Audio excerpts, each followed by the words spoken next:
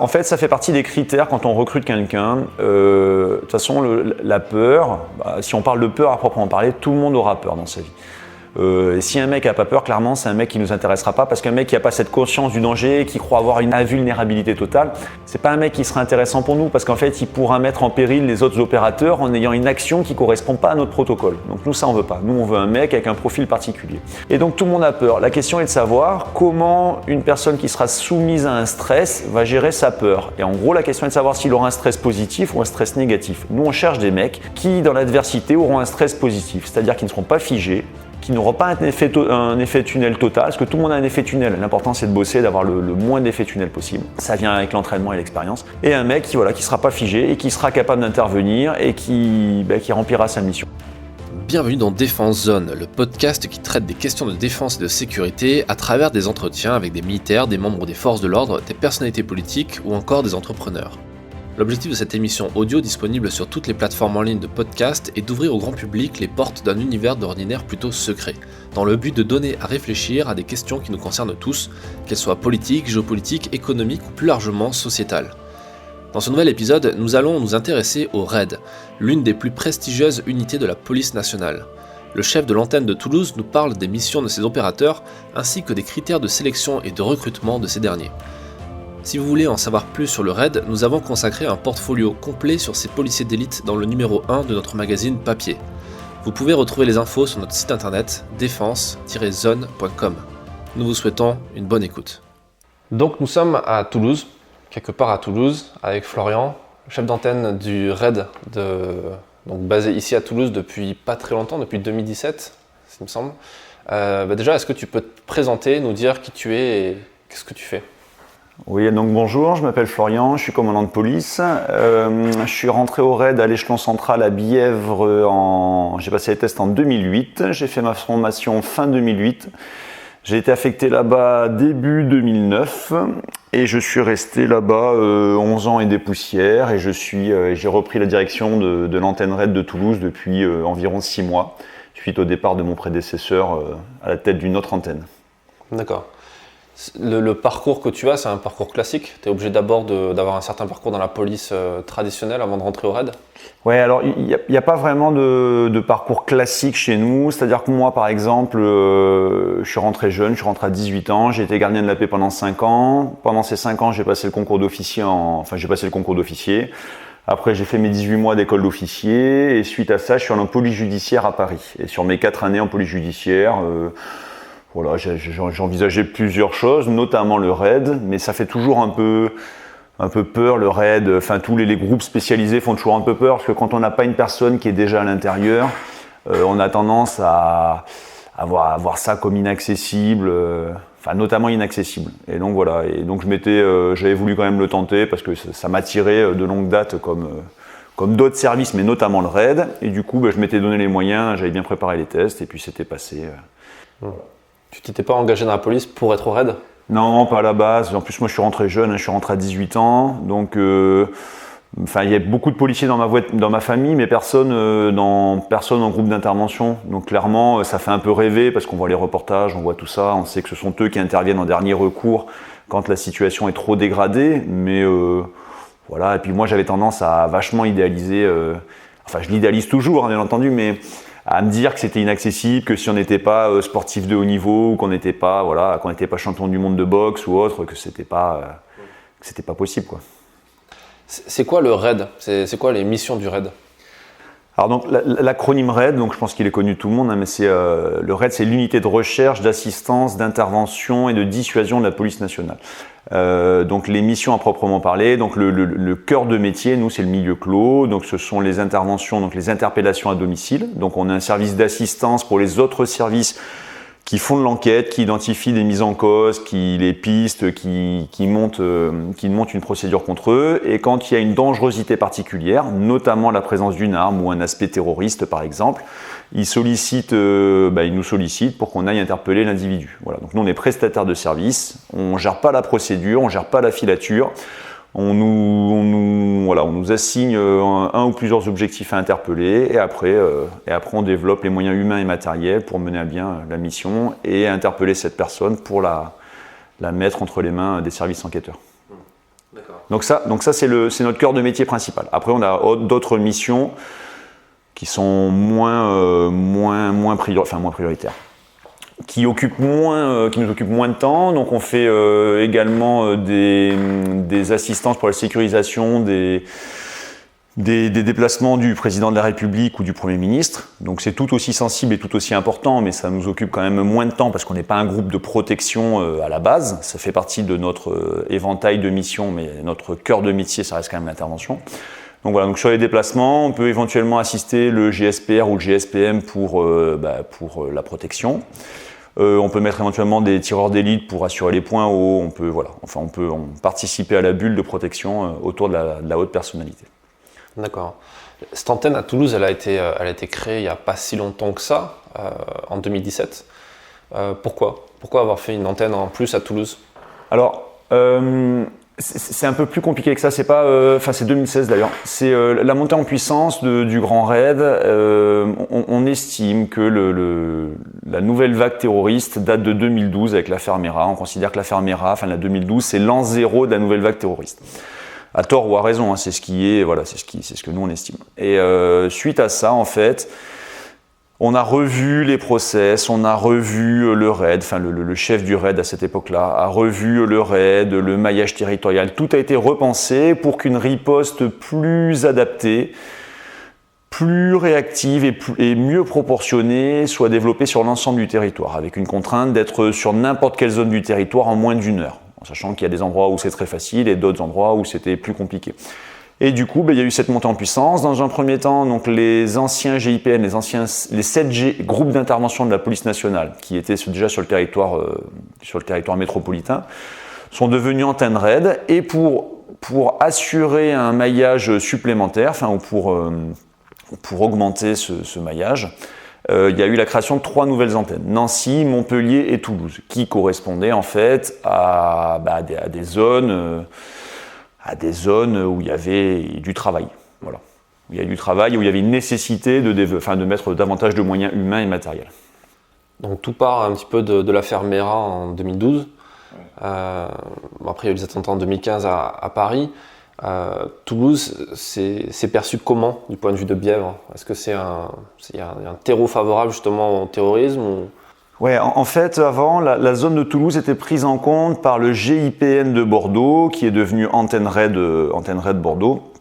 Et en fait, ils se sont rendus compte à l'époque, le chef du raid d'état-major, se sont rendus compte que effectivement, il y avait un foyer important dans la région sud-ouest, notamment Toulouse, que c'était quand même, sur les statistiques, ça ressortait quand même beaucoup sur les interventions, et qui serait donc pertinent de laisser une antenne à demeure et de pas forcément attendre que Bordeaux vienne en 1h30. Voilà, donc ça permet de répartir un peu mieux le travail, en sachant que Toulouse a, outre l'aspect, effectivement, c'est un foyer, il peut y avoir effectivement un foyer particulier sur l'aspect terrorisme et sur l'aspect banditisme et autres, mais c'est une position aussi un peu intermédiaire entre Montpellier et Bordeaux, où il y a déjà des antennes, et ça permet également donc de se renforcer les uns les autres. Donc nous, on est...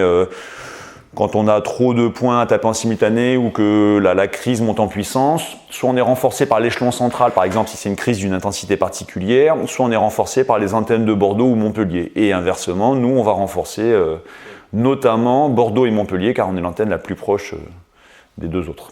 D'accord. J'ai lu quelque part dernièrement que l'antenne de Toulouse était une des plus actives en France, parce qu'elle a beaucoup d'activités. Ouais, je suis pas sûr que ce soit une des plus actives, pour être honnête. Toutes les antennes tournent bien, quoi. Franchement, il y a du boulot partout. Et puis justement, c'est aussi le rôle de l'état-major de s'assurer que la charge de travail soit bien répartie. Bien, c'est sûr que si tout se passe sur une commune en particulier, on va pas envoyer une antenne qui est à 500 km. Mais à chaque fois, quand il y a plusieurs points, on se renforce tous entre nous, histoire qu'il y ait quand même que l'activité soit lissée sur l'ensemble des antennes. Donc franchement, il y a du boulot à Toulouse, mais je dirais pas qu'il y en a plus ou moins qu'ailleurs. Je pense qu'il y en a autant. En sachant que vous savez, c'est l'intervention, il peut y avoir 15 jours, 3 semaines super calme, mais après pendant 2 mois, on va pas arrêter, quoi.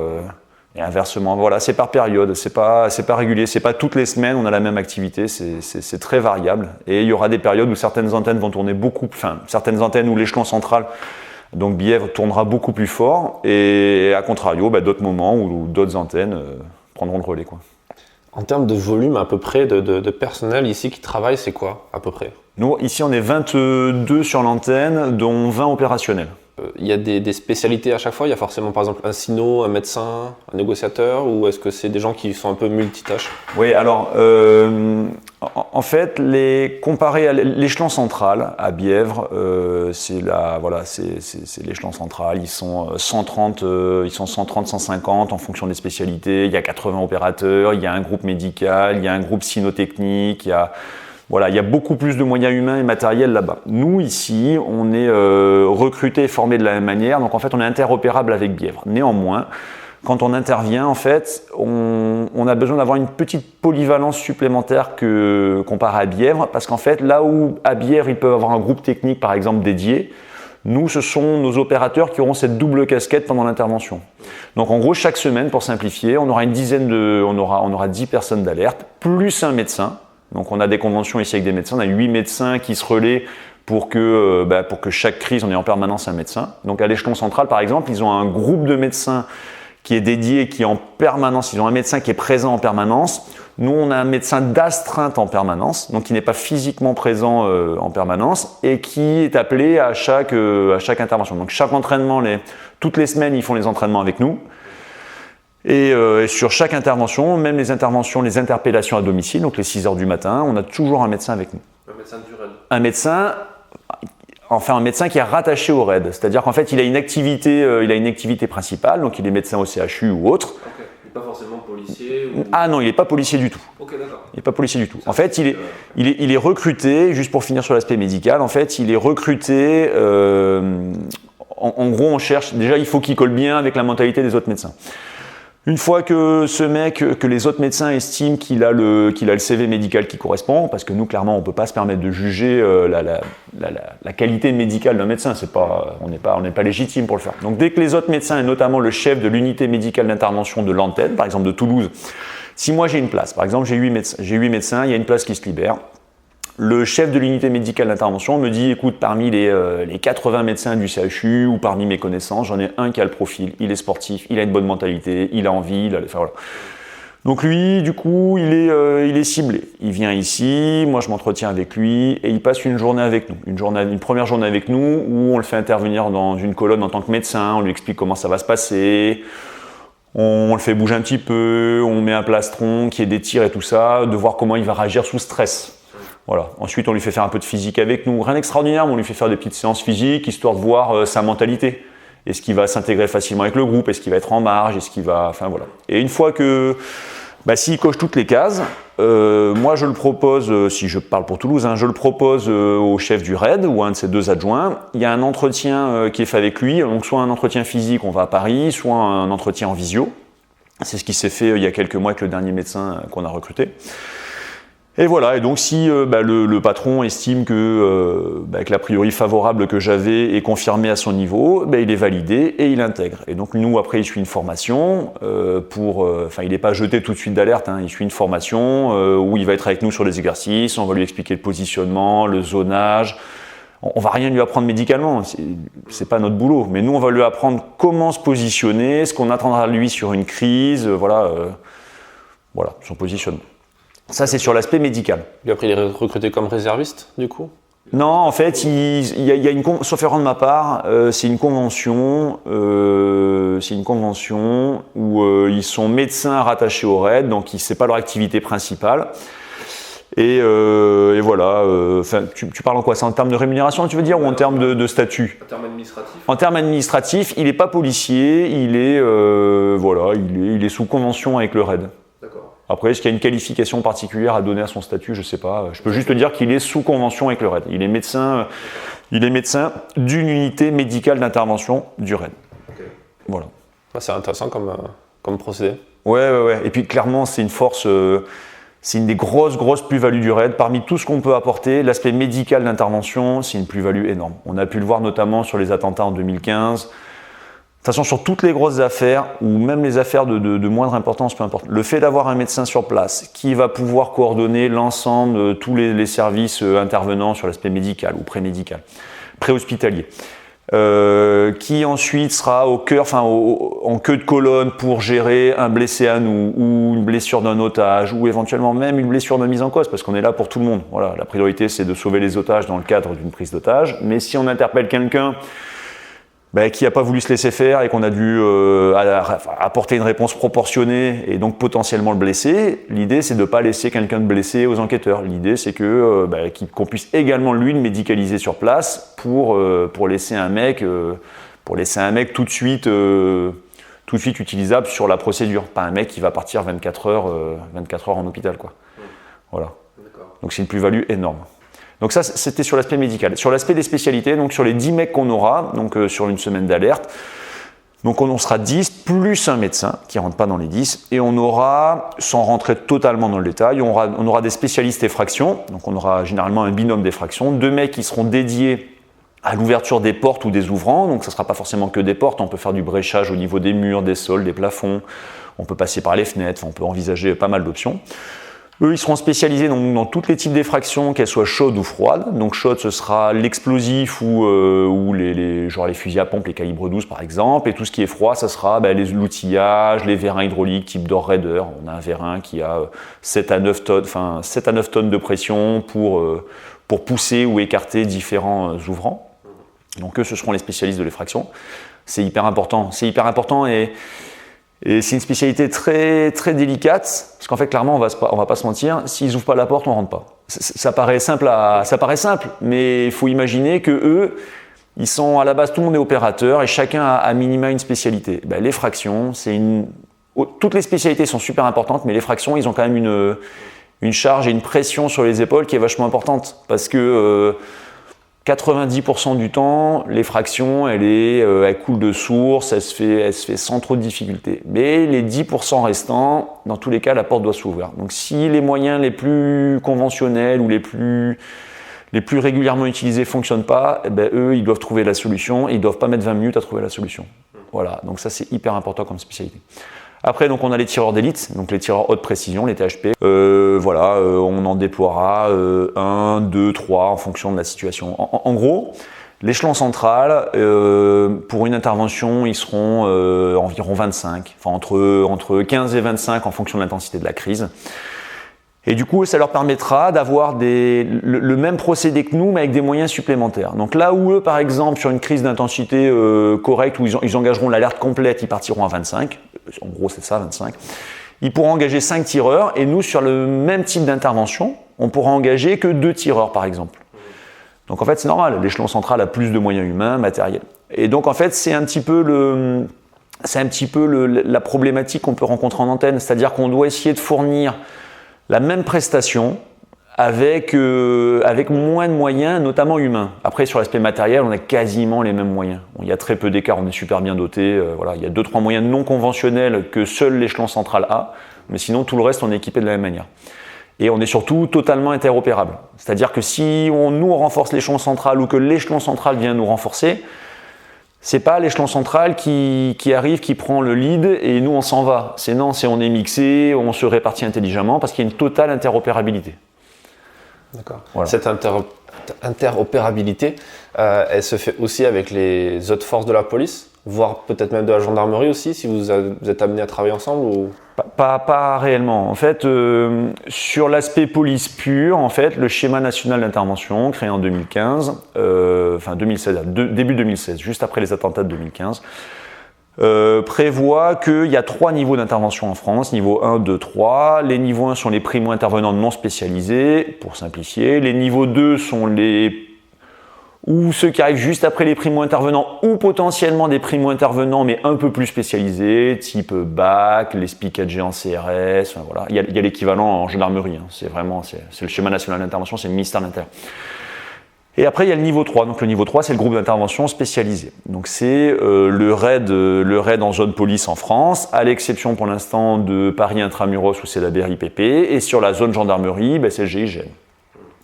Voilà, donc nous, sur l'aspect interopérabilité, ce ne sera que le niveau 3 RAID. C'est-à-dire qu'en gros, on sera totalement interopérable entre nous.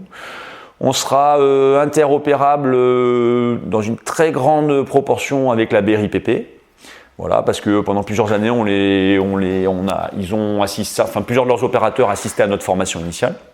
Donc voilà, on a quand même, à peu de choses près, on travaille de la même manière. Et on a et avec les gendarmes, donc, puisque c'était la question, avec le GIGN, en fait, on bossera pas exactement de la même manière, mais il y aura une tendance commune forte. Ce qui fait qu'en fait, si on doit intervenir sur une crise ensemble, parce que clairement, ça peut arriver demain, on pourra bosser ensemble, mais auquel cas on évitera si possible de mixer les colonnes, on répartira plutôt les zones, histoire que chaque entité puisse investir une zone. Et voilà, justement qu'il n'y ait pas de manque, enfin de problème, de lacune par cette non-interopérabilité totale. Vous faites des échanges de temps en temps, des entraînements communs, ce genre de trucs? Il y a peu d'échanges, il y a eu, mais il y a peu. Voilà. Nous, on a des bons rapports avec l'antenne GI de Toulouse, il n'y a aucun souci. Voilà, on sait comment ils bossent, ils savent comment on bosse. Voilà, si on est amené à bosser demain, ça se fera en bonne intelligence parce que la priorité, c'est pas que ce soit la guerre entre groupes d'intervention. La priorité, c'est que la mission soit menée à bien et que s'il y a des personnes à sauver, notamment des otages, la priorité, c'est que ça passe devant, c'est de les libérer et qu'ils rentrent en bonne santé. Tu parlais de matériel, de dotation. J'ai lu quelque part que vous portez un truc comme 35 kilos en opération, entre le bouclier, le casque, l'armement, etc. C'est à peu près ça? Ouais, c'est ça. En gros, c'est une trentaine de kilos. Après, en fait, il y a un équipement de base qui est donné, qu'on impose, notamment les protections balistiques. Tout le monde doit avoir les mêmes protections balistiques. Voilà, enfin, faut qu'on garantisse aussi la sécurité des mecs. Et après, chacun va rajouter ou non du matériel en fonction de sa spécialité, en fonction de sa sensibilité, voilà, un nombre de chargeurs, voilà, en fonction de si le mec est, par exemple, est plutôt arme longue, il aura plus de chargeurs arme longue qui sont plus lourds que les chargeurs d'armes de poing, enfin voilà. Et effectivement, la moyenne, c'est avec le casque lourd et tout ça, c'est une bonne trentaine de kilos, ce à quoi il faut rajouter le poids du bouclier. Et le bouclier, en fonction de la classe balistique, peut peser de 10 à plus de 20 kilos. Voilà. Donc en fait, il faut remettre les choses dans le contexte. Si on a 30 à 35, voire certains un peu plus de matos de façon individuelle, hors bouclier, hors moyen d'effraction, hors tout ça. En fait, n'importe qui dans l'absolu peut porter 30 ou 35 kilos. En fait, tout le monde va... Ça, c'est un truc qu'on fait, les gens, quand ils viennent, les rares extérieurs qu'on autorise à venir, on leur montre...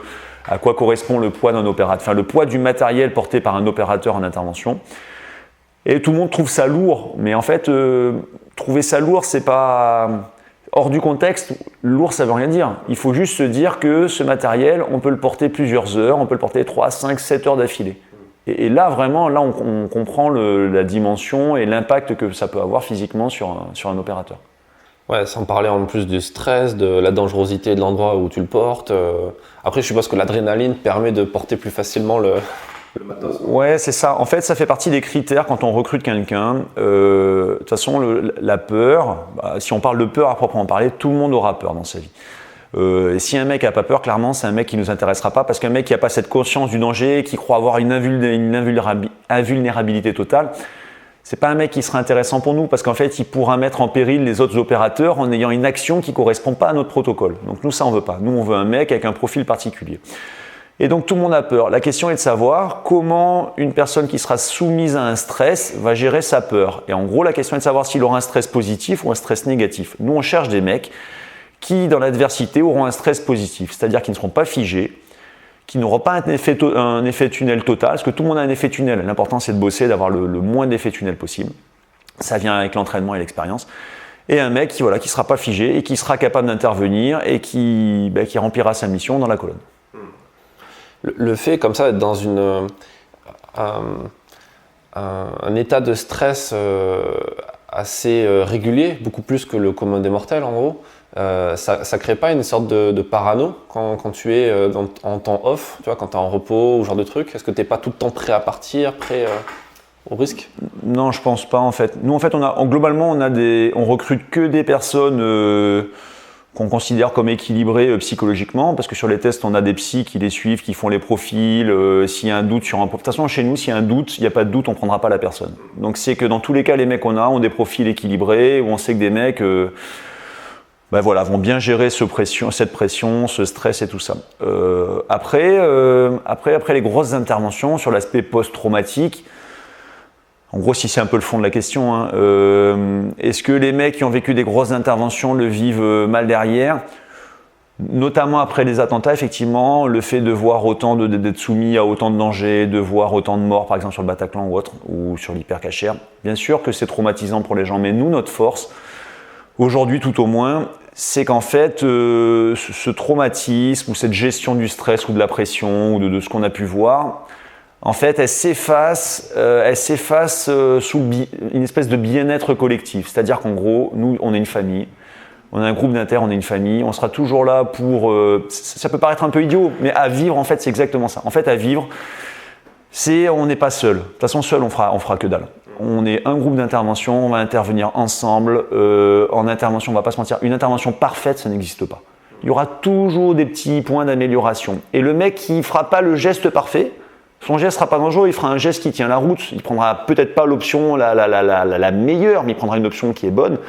Mais l'important, c'est que le mec à côté compense et qu'en équipe, tout se passe bien. Et tout ça pour dire qu'au final, c'est pareil, même sur la gestion du stress, la gestion du lendemain. En fait, le fait qu'on soit ensemble, on arrive à mieux gérer. Après, on en discute entre nous quand il y a eu des trucs un peu traumatisants. Et en fait, tout le monde s'avoue que ça n'a pas été facile à gérer, mais que l'entraînement, que la préparation, que la cohésion font que ça a aidé tout le monde à aller au bout. Tu disais, vous êtes une famille, vous passez beaucoup de temps ensemble. C'est le cas dans plein de petites unités aussi de l'armée. Les forces spéciales font un peu pareil. Comment tu gères et comment vous gérez tous votre vie de famille, votre autre famille par rapport à ça ? Ouais, alors la vie de famille, effectivement, c'est super important. Parce que déjà, il faut savoir qu'un mec chez nous, un mec pour qu'il vienne chez nous, quelqu'un pour qu'il vienne chez nous, il faut que ce soit aussi un projet familial. C'est un peu bête à dire parce que réellement, le RAID, c'est un projet professionnel, c'est un projet un peu d'une vie, on peut dire. Mais l'aspect familial est hyper important. Si un mec n'a pas le soutien de sa famille, de sa femme notamment, ça va être super compliqué. Ça va être super compliqué parce que nous, il faut une disponibilité totale. Il faut que sur les interventions, elle puisse gérer le stress, la pression. C'est-à-dire que si le mec, il rentre, nous, clairement, 90% du temps, il est avec nous. Enfin, j'exagère, mais en gros, le gros de sa vie, c'est quand même le groupe d'inter. Mais s'il rentre chez lui et qu'il n'est pas bien ou que sa femme lui met la pression, psychologiquement, il va peut-être pas être bien. Et nous, logiquement, on arrive à détecter les mecs qui sont pas bien parce qu'on s'entend tellement bien, on bosse tellement ensemble que si un mec a un petit coup de moins bien, logiquement, c'est géré par le groupe. Si jamais c'est pas géré par le groupe, éventuellement, moi, je récupère le mec et j'en discute avec lui. Parce que l'idée, c'est de tendre la main. Si un mec a le moindre souci, nous, on veut qu'il soit à 100% de ses capacités en permanence. Donc, si le mec a un souci humain, professionnel, familial, quoi que ce soit, nous, on est là pour tendre la main et qu'il aille mieux tout de suite. Et donc, l'aspect familial, c'est super important parce qu'il faut que le mec il soit bien au boulot, qu'il faut qu'il soit bien chez lui et pour qu'au final, il soit bien dans sa tête. Voilà. Le seul truc qui est dur, on va pas se mentir, ce qui est vraiment dur, moi, de ma petite expérience, ce qui est dur, c'est après ou pendant les grosses interventions, notamment les attentats, quand certains médias, notamment, ont tendance à parler vite, voire trop vite, sans avoir forcément toutes les informations, ni qu'elles soient forcément confirmées. Des fois, il y a eu des informations qui ont pu être diffusées en temps réel pendant qu'on était en train d'intervenir, notamment sur des personnes blessées ou blessées graves, alors qu'elles n'étaient pas forcément blessées graves. Sauf que nos familles à la maison, ne sachant pas qui est blessé et ne pouvant pas nous joindre parce qu'on est en intervention, clairement, c'est traumatisant pour elles. Parce que, elles voient à la télé que ça se passe, qu'il peut y avoir un engagement du feu, comme on a pu le voir sur l'hypercachère notamment. Donc voilà, donc c'est traumatisant pour nos familles. Voilà. Donc clairement, si elles ne nous soutiennent pas, c'est pas viable. En général, les gens qui viennent au RAID, ils sont tous mariés, ils ont tous des enfants, ou il y a quand même une dominante de gens un peu célibataires. Non, la majeure partie sont en couple, souvent avec des enfants. Voilà. Enfin, souvent ils commencent. La moyenne d'âge, c'est compliqué, mais c'est genre 28-30 ans la moyenne d'âge pour rentrer chez nous, en sachant qu'il y a toujours un peu plus jeune et il y a toujours un peu plus âgé. Mais si le mec coche toutes les cases, l'âge c'est pas important parce qu'on peut être bon à 35 ans ou à 25. Enfin voilà, c'est une question de maturité professionnelle et humaine. Attends, la question c'était... Est-ce qu'en général, tu remarques que les gens sont justement beaucoup en couple Pardon, excuse-moi. Tout à fait. Et donc souvent, ils rentrent, le profil c'est souvent, ils sont en couple, ils n'ont pas forcément des gamins tout de suite parce qu'ils sont un peu jeunes et qu'ils mettent l'objectif professionnel en priorité, donc notamment venir au service. Mais après, les mecs, rapidement, tout le monde a des gamins. Donc là, moi, la majeure partie de mes mecs, 90% des mecs ici ont femmes et enfants. Et c'est vachement important parce que... comme j'ai dit tout à l'heure, sur l'aspect psychologique, nous on veut des mecs stables et la stabilité familiale, ça contribue à la stabilité individuelle. Voilà. Donc nous on veut pas une tête brûlée, on veut pas un mec justement qui a zéro attache, qui se croit invulnérable, qui veut aller mourir. Nous on n'est pas là pour mourir. Hein. Voilà. Si on doit aller au bout de la mission et s'exposer et aller sous le feu, on le fera. Mais il n'y a personne qui dit moi demain je veux mourir en intervention. Enfin, ça existe. Enfin, moi, à ma connaissance, ça n'existe pas, quoi. Et tant mieux, parce qu'on ne cherche pas de tête brûlée. On veut des mecs qui iront au bout, mais on ne veut pas des mecs qui veulent mourir. Non, il vaut mieux pas. Comment on gère, donc tu as répondu sur la question de la vie de famille, comment tu gères la partie anonymat? Le fait que tu ne puisses pas dire ce que tu fais, je ne pense pas qu'au repas de famille, tu dises que tu aurais, que tu ne parles pas de tes interventions. Ouais, c'est un peu particulier en fait. La famille proche, c'est compliqué, ils savent forcément qu'on y est, quoi. Après, tout le monde doit avoir. Donc, la famille vraiment proche, on a l'intelligence de leur dire ce qu'ils peuvent savoir, parce qu'il y a plein de choses qui sont médiatisées, mais ce qu'ils n'ont pas à savoir, ça reste dans le sein du raid. Après, sur les connaissances, sur ce qu'on peut faire en dehors, parce qu'on fait aussi du sport en dehors, enfin, toutes les activités qu'on peut avoir extra-professionnelles. Ça c'est libre à chacun d'en parler ou non, mais le bon sens veut et généralement les mecs disent rien. Les mecs généralement ils parlent pas d'eux, s'ils parlent d'eux ils disent qu'ils font une autre activité, s'il y a un doute sur le fait qu'ils soient policiers, éventuellement ils disent qu'ils sont policiers, mais ils précisent pas qu'ils sont en groupe d'intervention. Voilà, parce que il y a eu, on sait que la police en général est une cible pour une catégorie de personnes, que les effectifs de groupe d'intervention encore plus, voilà, parce que s'en prendre à quelqu'un d'un groupe d'intervention, ce sera encore plus médiatisé, donc encore plus intéressant pour certaines personnes. Donc voilà, donc nous on évite d'en parler, soit on noie le poisson, soit on dit qu'on fait autre chose. Vous faites comme les mecs de la DGSE, vous dites que vous êtes au ministère et c'est un poste ennuyeux derrière un bureau. Ouais, en fait, on n'est pas là pour dénigrer les autres services non plus, parce que clairement, l'enquêteur qui est derrière un bureau ou non, il n'y a aucune méchanceté dans ce que je veux dire. Moi, je dis juste que on dit éventuellement qu'on est policier, enfin on noie le poisson, on dit qu'on bosse au commissariat ou autre, mais pas pour dénigrer les autres, parce que nous on a un respect pour tout le monde, juste pour dire qu'on veut dire qu'on est noyé dans la masse, comme ça si le mec on lui dit qu'on est policier, en gros il passera à autre chose parce qu'il s'en fout. Par contre si on lui dit qu'on est groupe d'inter, forcément l'information va se diffuser. Donc on a tendance à éviter de dire qu'on est policier, mais si on dit qu'on est policier, on aura le poisson, on dira qu'on travaille au commissariat et fin de l'histoire. D'accord. Donc tu disais que les gens qui viennent ici, c'est des gens qui sont stables, qui sont surtout motivés, je pense, parce qu'il y a beaucoup de gens qui se pressent à la porte. Le raid n'a pas trop de mal à recruter, il me semble. Ouais, alors en fait, oui, clairement, on n'a pas vraiment de mal à recruter. Après, on se rend compte qu'il y a eu des années où il y avait plusieurs centaines de candidatures. Et les années un peu charnières, notamment sur les attentats, on s'est rendu compte que ces années-là, il y avait moins de candidatures. Donc est-ce que c'était sous la pression familiale que du coup certains effectifs se sont pas présentés, ou est-ce que d'autres peut-être qui idéalisaient le raid se sont rendus compte que finalement le raid c'est aussi y aller quand ça tire, et c'est surtout y aller quand ça tire, et que du coup c'est devenu un peu plus tangible pour eux, qui se sont dit que finalement ils avaient peut-être pas envie de faire ça. Je ne saurais pas le dire. Donc, toujours est-il qu'en gros, généralement, on a une forte demande, mais qu'il y a eu quelques années où on a eu une baisse de la demande assez étonnante, voilà, que chacun expliquera comme il le veut. Toujours est-il que nous, cette année-là, il y a eu un peu de com en interne au niveau police, là, sur les réseaux sociaux police. Et ça a été une grosse année. Là. On a eu, je sais plus, c'était entre 200 et 300 demandes. Je crois que c'est 250, un truc comme ça. Parce que le recrutement est que en interne. C'est intrapolice. C'est-à-dire qu'en fait, les critères d'ancienneté police avaient été revus à la baisse.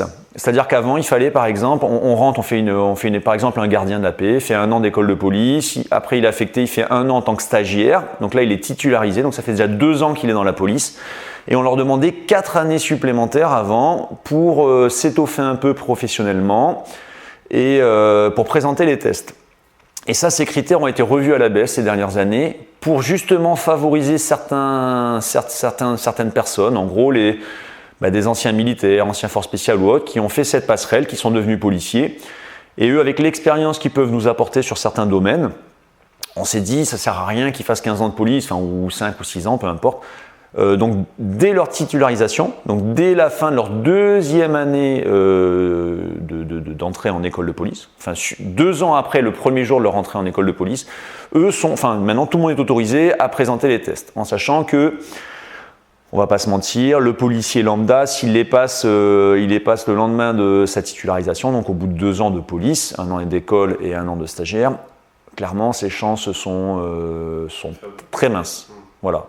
Après, attention, on n'est jamais à l'abri d'un extraterrestre. Hein. Voilà. C'est déjà arrivé.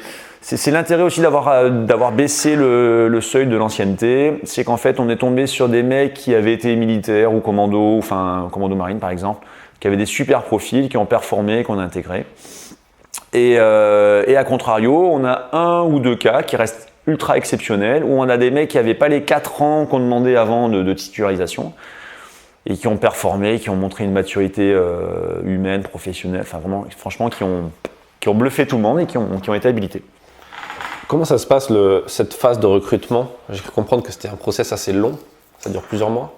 Ouais, le recrutement en fait c'est le parcours, c'est un peu le parcours du combattant. Hein. C'est hyper long. Donc en gros, une fois par an, il y a un télégramme au sein de la police nationale qui est diffusé pour un appel à candidature sur les tests. Donc en fait, à ce moment-là, les gens qui sont intéressés par le RAID se manifestent, envoient, alors sauf erreur de ma part, une lettre de motivation, un CV, leurs 3 dernières notations, qu'on voit qu'il n'y ait pas de problème administratif ni vis-à-vis de leur hiérarchie. Ou alors nous, ce seront des petits éléments qu'on utilisera sur le jury pour essayer de mieux cerner ce qui peut éventuellement bloquer avec certains effectifs. Donc ça c'est la première démarche. Ensuite, il y a plusieurs filtres. Donc le premier filtre, ce sont les prérequis physiques. Donc en gros, on a une batterie de prérequis physiques, on a 7-8 tests physiques où on va demander un minima à chaque prérequis. Il y aura des pompes, il y aura un minimum de pompes, un minimum de traction, un minimum de grimpée de corde, voilà. Enfin bon, on va pas se mentir, dans la police nationale, tout le monde connaît nos prérequis. De toute façon, c'est pas un secret. L'intérêt, c'est pas que ce soit hyper secret. L'intérêt, c'est de voir si les mecs ont un minima pour aller à la semaine de test. Tous ceux qui ont fait tous les minima physiques passent la première étape. Ceux qui n'ont pas fait un minima sont écartés pour cette année-là. Donc ceux qui ont fait les minima ensuite sont soumis à une visite médicale d'aptitude. Si médicalement ils sont aptes, ils passent ce nouveau volet. Et là, il y a l'étude des dossiers. Et là, du coup, clairement, je dis n'importe quoi, mais si cette année, il y a eu 250 mecs et qu'on a 60 places sur les tests, 60 places pour faire passer les tests, clairement, il y en a peut-être 150 ou 180 qui ont fait les minima et l'aptitude médicale. Donc là, c'est pas compliqué. On va regarder ceux qui ont fait les meilleurs minima et qui ont les meilleurs dossiers. Voilà. Donc si un mec a un problème administratif ou autre, il y a une chance raisonnable qu'il soit écarté. Si un mec a fait strictement les minima, il a quand même peu de chances de venir. Donc voilà, donc nous on cherche des mecs qui cocheront le plus de cases et qui auront le plus de chances d'aller au bout de la semaine de test. Donc ça c'est le premier tri. Et là commence le plus dur. Une partie du plus dur, c'est la semaine de test. Donc on a une semaine de test pleine qui se passe à Bièvre. Je ne vais pas dévoiler les tests, mais en gros, clairement, les 3 premières nuits, les mecs vont pas dormir. Pas dormir ou très peu dormir. Ça va dormir, de toute façon. Ouais, si on veut. Donc franchement, c'est une semaine qui va être épuisante physiquement, psychologiquement, professionnellement, ça va être super, super dur. L'idée, c'est de les soumettre à un stress et une fatigue vachement importante pour voir comment ils vont réagir sous stress et sous fatigue. En gros, l'idée, c'est que tout le monde peut faire une bonne perf en pleine possession de ses moyens. Voilà. Si le mec a dormi ses 8 heures, si le mec a bien mangé, tout ça.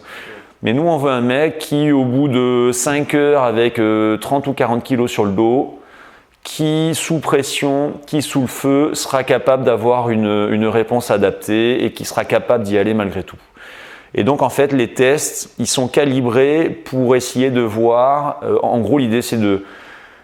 Il y a une grosse part de physique. Voilà, il faut que le mec il ait un minimum de physique. On ne cherche pas des sportifs de haut niveau, mais clairement, on cherche un niveau moyen plus. Après, il y a une grosse part de professionnel. On veut voir comment le mec, la capacité d'analyse, la capacité de discernement, comment le mec va s'adapter sur des situations qu'on va lui mettre. Donc sur les tests, il aura affaire à des situations de police un peu générales pour voir comment il maîtrise les gestes de base et une intervention de base. Et après, on les soumettra à des interventions plus spécialisées, qu'ils n'ont pas forcément à connaître chaque jour. Donc là, on ne les jugera pas techniquement, parce qu'ils ne maîtrisent pas ces techniques. Ça, ce sont des choses qu'on leur apprend après au cours de la formation initiale. On voudra juste voir leur capacité d'analyse et de discernement. Voilà. Donc le mec, s'il ne met pas le pied au bon endroit ou qu'il n'ouvre pas l'angle de la bonne manière, on s'en fout, parce qu'on ne lui demande pas ça, c'est pas quelque chose qu'il sait faire à ce moment-là. Nous, on veut juste que le mec… il ait du bon sens, qu'il discerne correctement, qu'il arrive à traiter l'hostile, pas engager un non hostile, s'assurer que l'otage soit sécurisé, enfin voilà.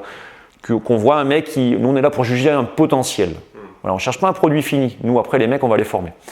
Donc il y a le physique, le professionnel. Après, il y a un gros volet psychologique. Donc, on a une batterie de tests psychologiques au début et on a on a des psys qui suivent sur chaque atelier pour voir les réactions, est-ce qu'elles correspondent au profil, est-ce que le mec a une réaction un peu particulière qu'il faut creuser, après elle le creuse en entretien individuel. Donc c'est assez intéressant. Et voilà, et après on regarde beaucoup tout ce qui est discernement, gestion du stress, la faculté à vivre en groupe, ça c'est important. Parce que le mec, s'il y a des prestations… en GTPI, donc en geste technique et professionnel d'intervention, donc c'est-à-dire sur des situations, les mises en situation, s'il est super bon, si physiquement il est super bon, mais qu'à côté de ça il est toujours en marge du groupe, il ne pourra pas venir chez nous. Nous on veut un mec avec qui on peut bosser. Il n'y a pas besoin que le mec soit champion du monde de boxe, il n'y a pas besoin que le mec fasse 50 interpellations avec la bague chaque jour. Si les mecs font ça, c'est un plus. On veut que les mecs rentrent dans un moule. On veut qu'il y ait un minima physique, un minima professionnel. On veut qu'ils soient très bons en discernement. On veut qu'ils soient très réactifs. On veut qu'ils aient une grosse capacité d'assimilation. Parce qu'après, la formation initiale, elle est assez compliquée et c'est encore un filtre. Ils peuvent être dégagés sur la formation initiale. Donc, en gros, juste pour finir la semaine de test, c'est ça. Et les mecs qu'on va habiliter, qui ne sont pas très nombreux à ce stade-là, là, c'est pas encore fini. Là, il faut qu'ils fassent 3 mois et demi de formation initiale. Et donc, en fait, la formation initiale, il va y avoir plusieurs modules de tir. Ouais, parce que ça, j'ai oublié de le préciser, mais effectivement, on cherche des effectifs aussi qui ont un potentiel en tir. C'est-à-dire, on veut un minimum, on veut que le mec tire correctement. On cherche pas, il n'y a pas besoin que le mec il aille s'entraîner 15 fois par semaine, parce qu'un policier traditionnel, il a le droit qu'à 3 tirs par an, 3 tirs d'une trentaine de cartouches. Ce qui est probablement suffisant pour les interventions au quotidien, parce que les policiers sont peu amenés à sortir leurs armes. Nous, en fait, l'arme, c'est notre outil quotidien. Chaque intervention, l'arme est sortie. Donc nous, déjà, on veut quelqu'un qui n'a pas peur de l'arme, parce que c'est notre outil privilégié, et on veut surtout quelqu'un qui aura des bases en tir et un potentiel en tir. Voilà. Si clairement le mec, il a peur avec son arme, ou qu'il la tient n'importe comment, ou qu'il a une attitude dangereuse, il ne pourra pas venir. Mais après, sur les tests, s'il fait des parcours corrects au tir, ça peut suffire. Voilà. S'il est très bon, c'est mieux. Voilà. Donc en gros, il n'y a pas besoin que le mec soit sportif de haut niveau. Il n'y a pas besoin que le mec soit dans un service déjà spécialisé. Il n'y a pas besoin que le mec soit déjà champion du monde de tir. C'est pas important. Nous, on veut un potentiel et on veut un minima sur toutes les zones, enfin sur tous les modules, sur tous les critères que j'ai évoqués. Et à partir de là, nous, les mecs, on va les former. Attention, hein, si le mec est champion du monde de tir ou champion du monde de boxe et qu'il a fait tous les minima, clairement, c'est un plus. Hein. C'est un mec qui va nous intéresser encore plus. Mais être champion du monde d'une discipline, c'est pas un passe-droit chez nous. Avant que tu parles de la formation, justement, ça me fait penser à une interview qu'on a fait dans le podcast avec un pilote de gendarmerie de la section d'aviation qui disait que pour être un bon pilote, il faut être capable de faire plusieurs choses à la fois, faire preuve de bon sens, être capable de percuter très vite. Et lui disait par exemple que ça, c'est pas un truc qui s'apprend, c'est un truc que tu as ou que tu n'as pas. Est-ce que toi, tu penses un peu de la même façon sur justement cette partie, avoir du bon sens, être réactif? Est-ce que c'est forcément un truc que tu as ou que tu n'as pas, ou est-ce que c'est un truc que tu peux développer? Clairement, quand j'évoquais le discernement tout à l'heure, Nous, en gros, le discernement, c'est le fait qu'une personne sous stress soit capable de prendre la bonne décision dans le temps le plus raccourci possible. Voilà, ça, le mec, effectivement, sur le test, s'il ne montre pas cette aptitude, on ne pourra pas lui inculquer. Donc, effectivement, nous, sur les tests, c'est un des critères super importants. Si on ne détecte pas ça chez le mec, il ne pourra pas venir chez nous. Si le mec est super bon en tir, super bon physiquement, super bon professionnellement, mais que sur toutes les phases de discernement, il n'a pas montré qu'il est capable de réagir vite et surtout d'avoir la bonne réponse ou une des bonnes réponses, parce qu'il n'y a pas qu'une bonne réponse à chaque thème, ce mec ne pourra pas venir chez nous. C'est rédhibitoire. Mais est-ce que c'est un truc que tu peux développer avec le temps, avec ton expérience au sein du RAID? Est-ce que c'est un truc que vous voyez, qu'on peut se former à ça? Ouais, en fait, il n'y a pas de… Le mec, effectivement, nous, à force de faire des situations, de faire des interventions, le mec, forcément, il va s'aguerrir, il aura le petit effet tunnel que tout le monde a, il aura encore moins. Il aura encore plus de capacité de discernement. Mais il faut qu'elle soit là, cette capacité. S'il ne l'a pas sur les tests, s'il n'a pas déjà une bonne capacité de discernement que nous, après, on va exacerber, ben, ce ne sera pas possible. On ne pourra pas la créer. Par contre, effectivement, ça fait partie… Ça fait partie, en gros, si tu veux, nous, quelqu'un qu'on forme chez nous, on va le détecter, on va le former pour que le mec, il ait la meilleure réponse sous stress à une situation donnée. La vérité, selon moi, c'est qu'en fait, t'as beau faire les thèmes qui se rapprochent le plus du monde de la réalité, t'arriveras jamais à faire vraiment un test où le mec, il joue sa vie. J'entends par là que t'auras beau utiliser ce qu'on appelle la simunition, donc des cartouches de billes dures qui font mal, donc ça t'impacte. C'est marquant, donc tu vois si tu as été touché, et puis surtout tu prends un star, surtout si tu prends au niveau des mains et tout ça, en fonction de la munition que tu prends, c'est quand même pas super agréable. Mais je veux dire, c'est pas létal. Donc en gros, le mec, clairement, il aura montré tout ça, mais en fait, on n'aura jamais la certitude profonde que face à un mec avec un gilet explos ou face à une Kalachnikov, une arme de guerre ou même une arme létale, quelle qu'elle soit.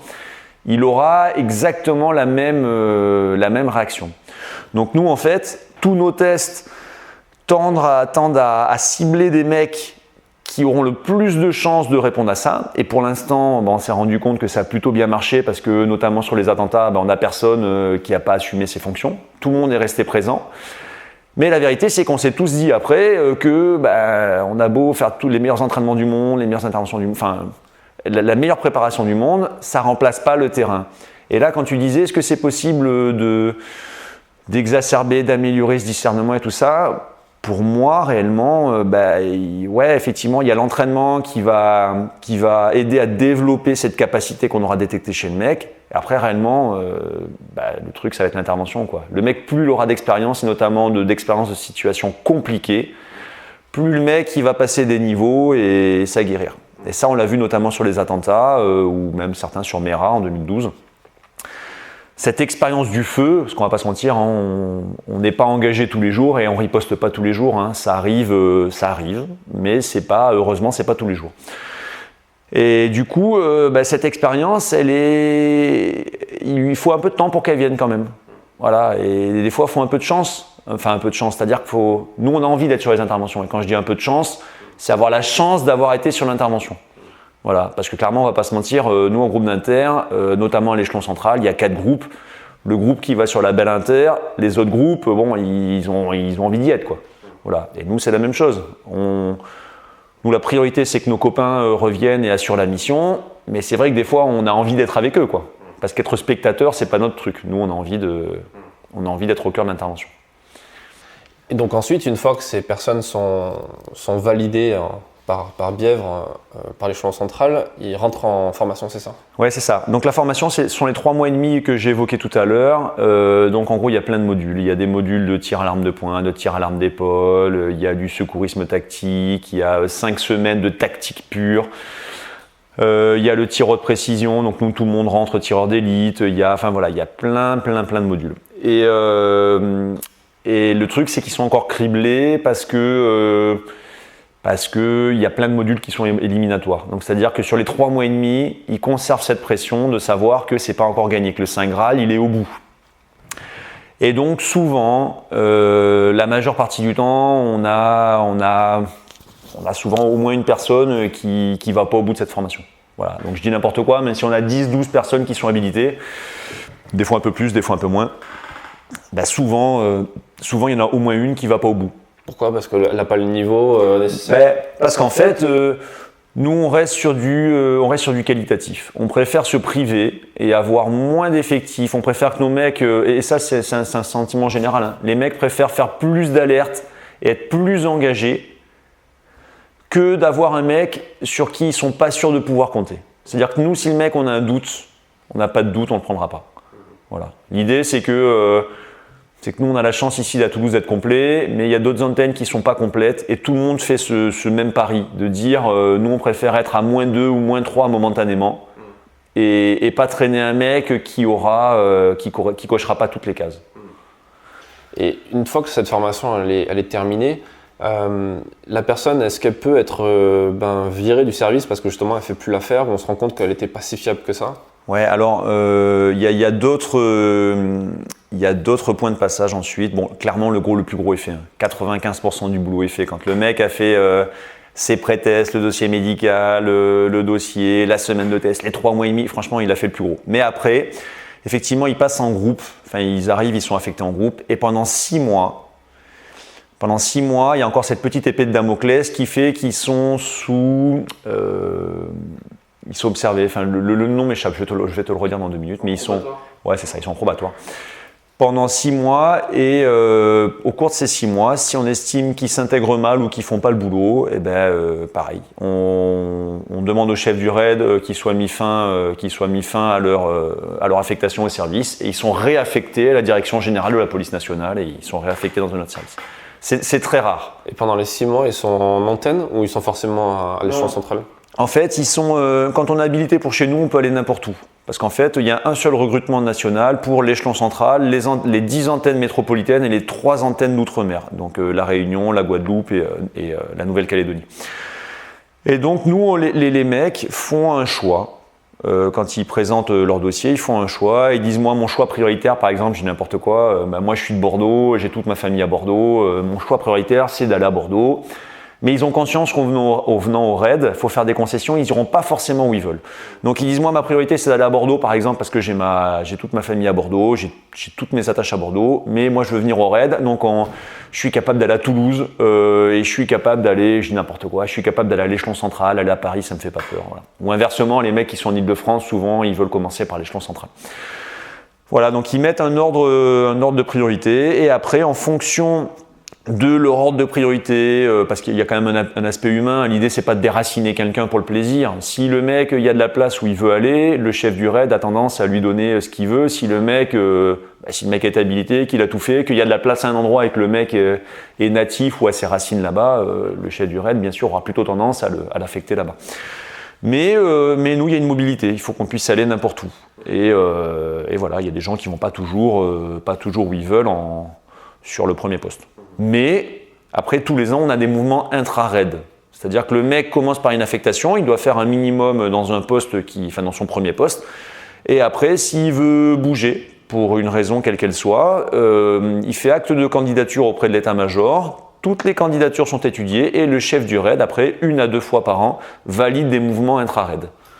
D'accord, c'est cool. Ouais.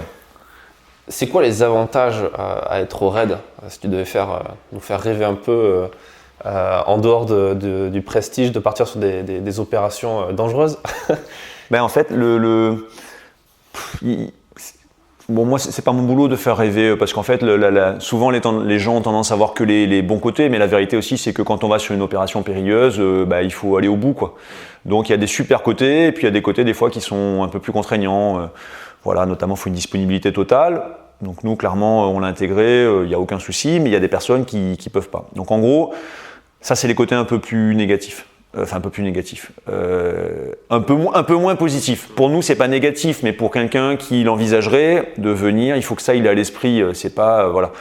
Donc nous, là, la vérité, ce qui est intéressant chez nous, c'est qu'on travaille qu'avec des personnes choisies.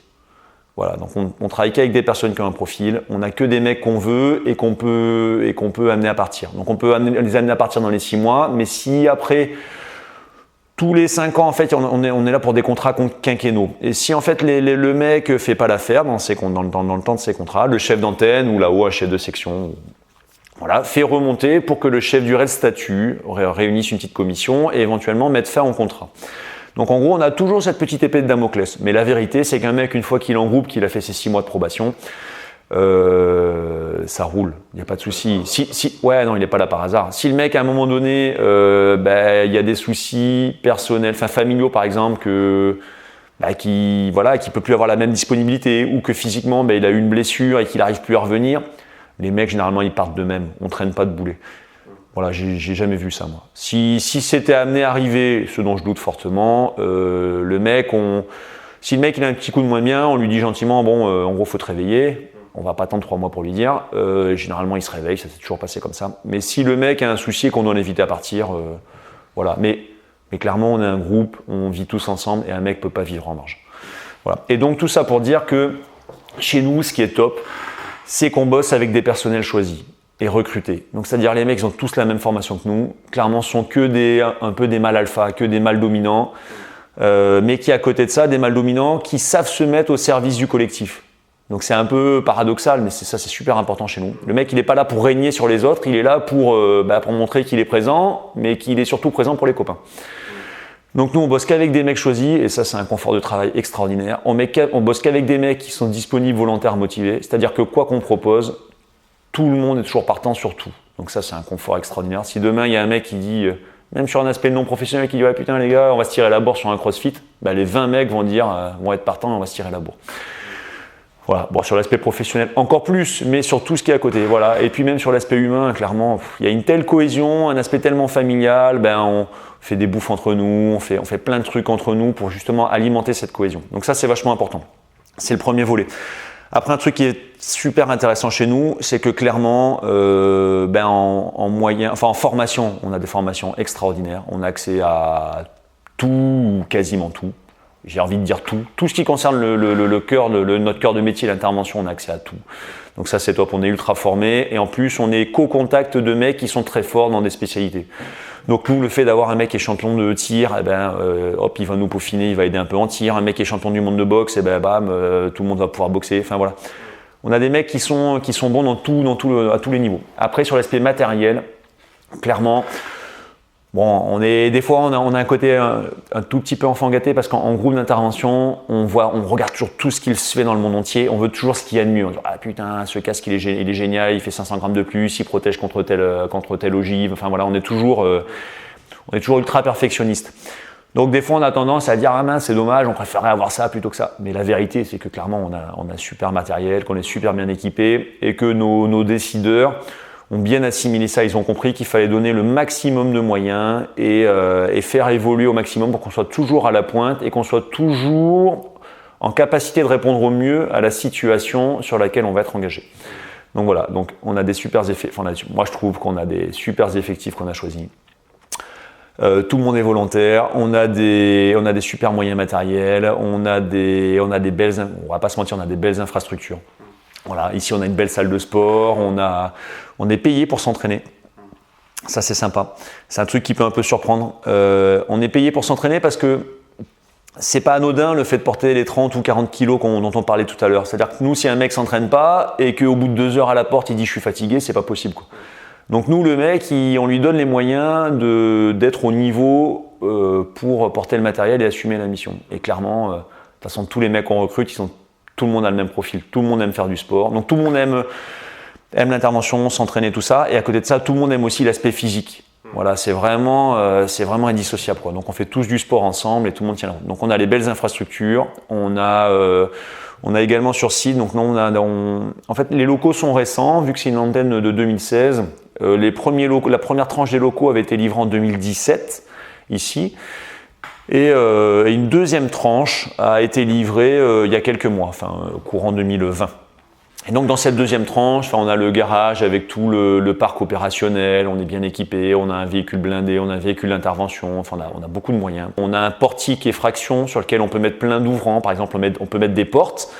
Et à titre d'entraînement, les spécialistes de l'effraction vont s'entraîner, soit perfectionner ce qu'ils maîtrisent déjà, soit tenter d'innover, de trouver de nouvelles façons, par exemple de poser les charges explosives, ou trouver des nouveaux modules. Enfin voilà, on est en perpétuelle réflexion pour maintenir nos acquis et essayer de développer de nouvelles choses. On a également un mur de varap. Enfin, on a une potence sur laquelle on peut s'entraîner à faire des descentes en rappel ou des descentes en corde lisse. Par exemple, on a une espèce de patin qui matérialise un patin d'hélicoptère, et on s'entraîne à partir de ce patin. C'est pas très haut, il y a 11 ou 12 mètres. Et on descend sur une corde lisse pour s'entraîner comme quand on fait les descentes d'hélicoptère. On s'entraîne pareil à faire du rappel, à rentrer par des fenêtres. Donc on a tout sur site pour s'entraîner. Voilà. Après, on a des partenariats, on a accès à plein de maisons qui sont ou désaffectées ou sur le point d'être détruites pour qu'on puisse nous s'entraîner dans des endroits qu'on ne connaît pas, qu'on ne maîtrise pas. L'idée, c'est pas toujours de s'entraîner au même endroit parce que forcément, on aura trop d'automatisme. L'idée, c'est de découvrir à chaque fois des nouvelles maisons, des nouveaux appartements. Et ben voilà, pour bosser les protocoles, idéalement si on peut péter, ça c'est top. Si on peut casser les fenêtres, si on peut tirer, si on peut mettre des charges explosives, si on peut tirer au calibre 12, c'est encore mieux parce que tous nos sites ne nous le permettent pas. Et ça on cherche vraiment. Donc ça c'est top. Et après, on va pas se mentir, c'est clairement pas ce qui motive les gens pour venir chez nous, mais en plus, tous les opérateurs chez nous, enfin tous les effectifs chez nous ont une prime. Voilà, donc on a une espèce de prime RAID pour le risque qu'on va prendre. Voilà. Et pour la disponibilité qui est demandée. C'est une prime de risque du coup, c'est ça ? Ça s'appelle la prime RAID, et effectivement, c'est une prime qui à la base couvre l'ensemble de la dangerosité, le panel de missions qu'on peut accomplir. C'est-à-dire que nous, demain, on peut être engagé sur du NRBC, on peut être engagé sur du terrorisme, on peut être engagé sur plein de choses, et l'ensemble de la disponibilité qu'on demande et des risques auxquels on peut faire face avait permis à l'époque de créer cette prime et que chaque opérateur puisse en bénéficier. C'est quoi à peu près l'ordre de cette prime ? Ça dépend. C'est quelques centaines d'euros, c'est un peu plus de 500 euros. Et c'est fixe en fonction du c'est grade fixe, ou, tout le monde a la même. D'accord, c'est pas comme la solde à l'air dans l'armée de terre par exemple où la prime à l'air est différente en fonction du grade. Non, ça c'est fixe. D'accord. Il y a une prime à l'air pour les gens qui sont shooter ops ? Non, alors en fait, il y a un seul groupe parachutiste qui est à l'échelon central. Et en fait, ils sont formés toutes les façons de sauter sous voile. Mais contrairement à l'armée, ils n'ont pas cette fameuse prime à l'air. Et en Antenne, on n'a pas cette capacité, nous. C'est-à-dire que si on a besoin d'engager des parachutistes ou des plongeurs, ça c'est de la compétence exclusive de l'échelon central. D'accord. Voilà. Parce qu'en gros, L'idée, c'est que là-haut, ils ont les moyens humains et matériels pour s'entraîner à ça également. Nous, si ici, on commence à avoir 2, 3, 4 spécialités en plus, l'idée, c'est pas d'être bon partout. L'idée, c'est d'être excellent dans certains domaines. Voilà. Et donc, nous, les mecs, on estime que leur boulot d'opérateur, ils doivent exceller dedans et qu'on leur donne 1 à 2 spécialités maximum, de préférence, dans lesquelles on sait qu'ils auront du temps pour bosser et s'améliorer et être très, très bons. Voilà. On cherche pas du moyen plus. Nous, on veut du très bon, voire excellence partout.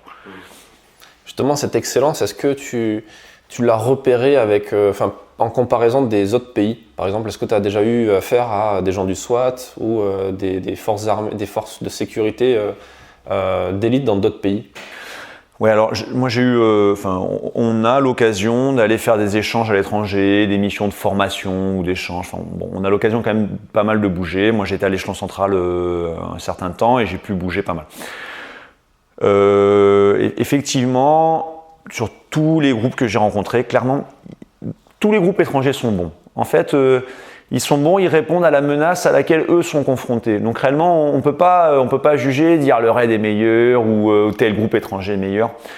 En fait, il faut reconnaître les capacités professionnelles, matérielles de tout le monde. C'est-à-dire que même dans les groupes, même par exemple en Afrique, ils ont il y a plein d'endroits où ils ont des super groupes d'intervention. Et même les endroits où, par exemple, financièrement parlant, matériellement parlant, ils ont accès à moins de matériel que nous. Eh bien, il y a cette espèce de système D qui se développe où ils arrivent à trouver des petits palliatifs pour quand même réussir à mener la mission. Et nous, en fait, quel que soit le groupe qu'on rencontre, en fait, on arrive toujours à trouver un petit truc tactique ou un petit élément de matériel. On arrive à s'enrichir avec chaque échange. Et donc, pour répondre à ta question, j'estime, moi, de tout ce que j'ai vu, que clairement, le RAID n'a pas à rougir vis-à-vis de tous les groupes que moi j'ai pu rencontrer.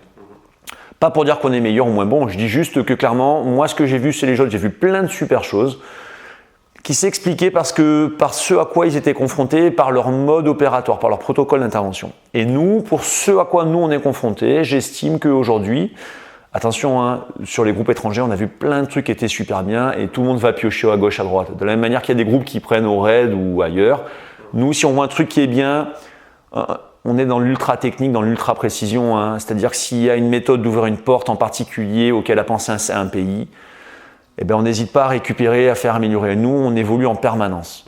Voilà, on a évolué énormément avec les attentats et sur chaque échange, on évolue. Des fois sur des tout petits points de détail, mais nous, le détail, c'est super important.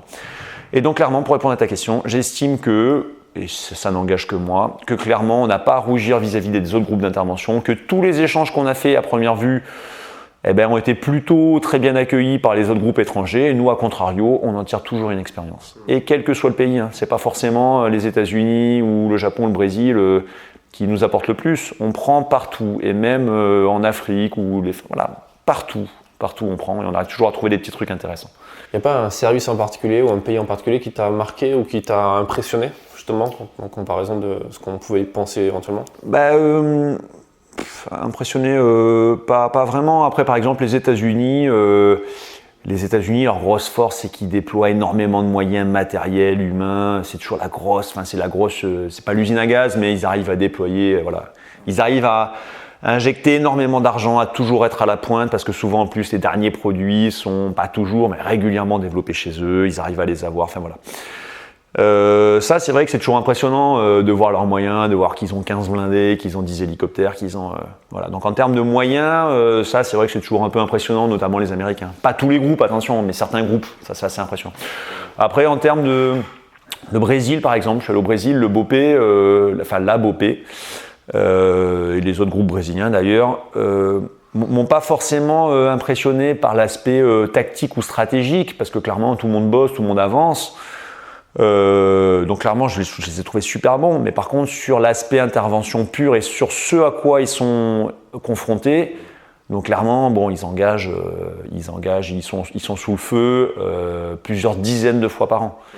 Voilà, ils perdent régulièrement des effectifs à eux, donc leurs retours d'expérience à eux sont super intéressants. Donc franchement, eux, ils bossent peut-être des fois un peu moins sur les milieux clos que nous, parce que c'est pas les mêmes configurations qu'ils rencontrent au Brésil, notamment dans les favelas.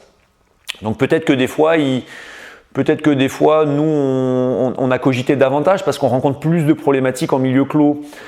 Donc c'est pas pour dire qu'on est meilleur, c'est juste pour dire qu'on a peut-être cogité un peu plus sur, par exemple, les milieux clos, moi, de ce que j'ai pu voir. Mais à côté de ça, eux, sur plein d'autres trucs, ils ont cogité davantage parce qu'ils sont plus exposés, notamment les favelas, notamment les prises en compte extérieures, les progressions extérieures sous le feu, le contre-sniping, parce que des fois ils ont des snipers qui les attendent.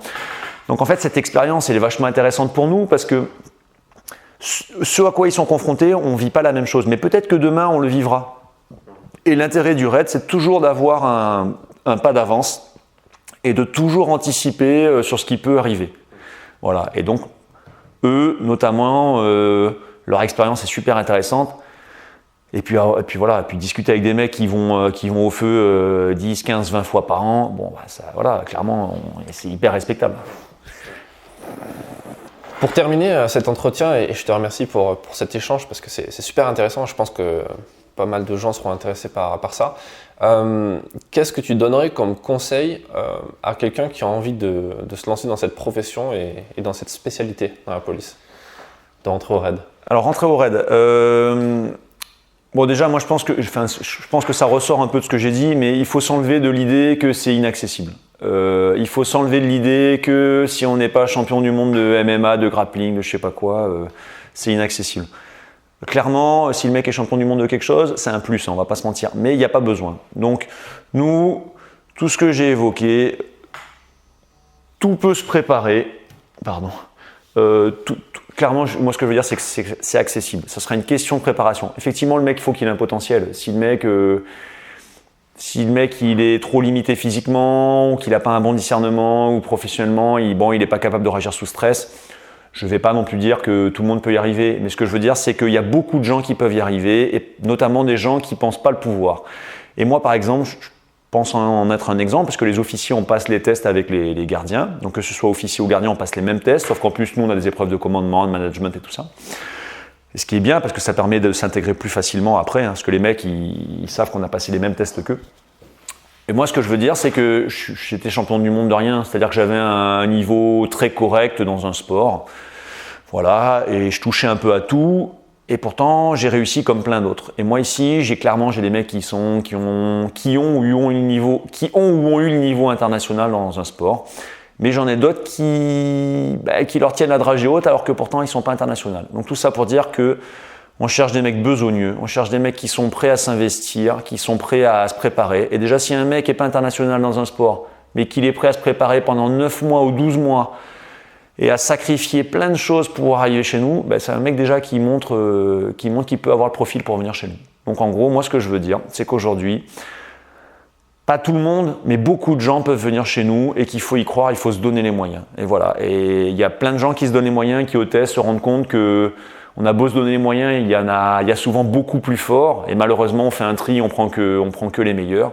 Mais que des fois on a des belles surprises et que des fois des mecs sur le papier partaient pas forcément en pole position, partaient un peu comme des outsiders et se sont révélés. Et voilà. Et la vérité, c'est que y a plein de gens qui peuvent, à mon avis, rentrer chez nous s'ils se donnent les moyens. Ouais, faut oser quoi. Faut oser. Bon, on va conclure sur ça. Merci beaucoup. Avec plaisir. Et à bientôt. À bientôt, merci. Merci d'avoir écouté cet épisode jusqu'à la fin. S'il vous a plu, partagez-le autour de vous et abonnez-vous au podcast pour ne pas rater les prochains. Défense Zone, c'est aussi un magazine en ligne et en papier, disponible sur le site internet défense-zone.com. Rendez-vous en description pour plus d'informations et à très vite dans un prochain épisode.